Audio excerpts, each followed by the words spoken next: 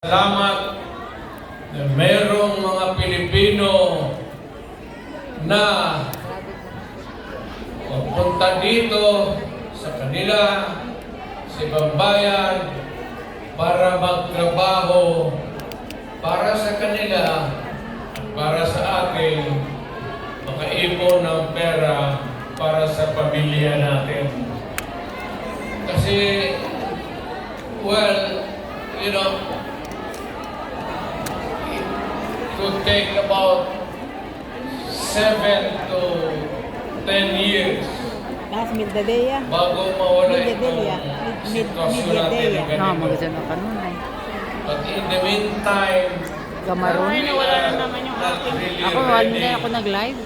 Economically to Kasi provide putol-putol eh. opportunities na trabaho para sa lahat. Then, I said, pilitan tayo dito maghanap ng trabaho para sa ating mga pamilya.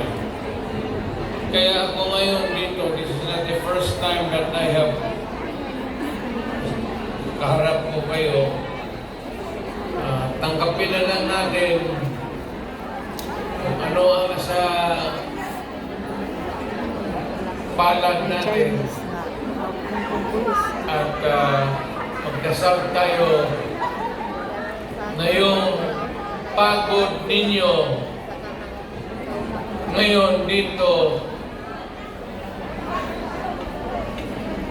ang makinabang ang mga pamilya ninyo at ang mga anak ninyo.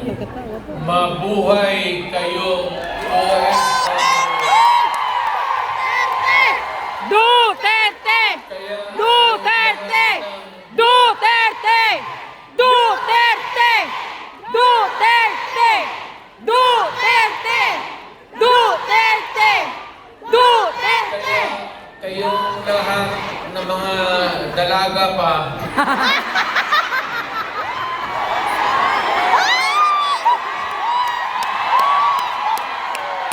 ilan ba kayo?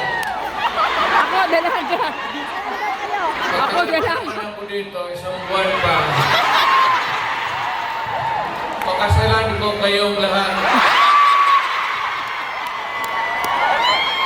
Para mabigaya kayo. At magkaroon ako ng maraming pera.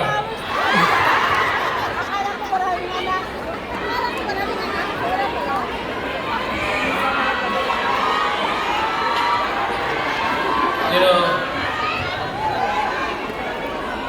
hindi lang ito sa sabihin niya. Hindi ako nagbubula, ha? Yung mga taga rito na tuwanda na Aray ko! Agoy! Agoy! matanda na yung may karanasan sa Davao noon. Alam ninyo yan na ang sitwasyon namin pareho sa inyo. Matagal kaming walang ama. Kasi abogado siya. Ano pa naman ang Pilipinas noon, ang hanap buhay nasa syudad talaga. Ang abogado ng silbi dyan pag sa barangay. So, ganun.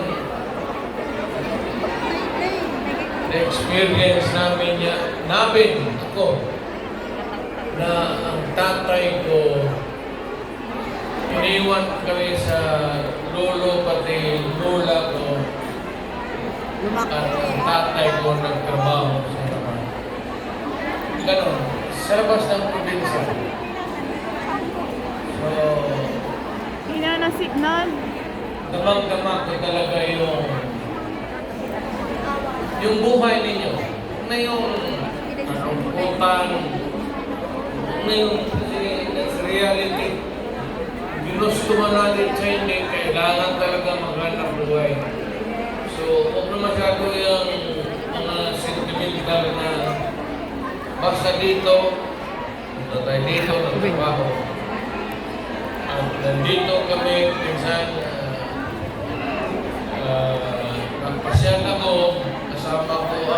na, may students Ruben. Oo, mahuman. anak ko. Saan ba si...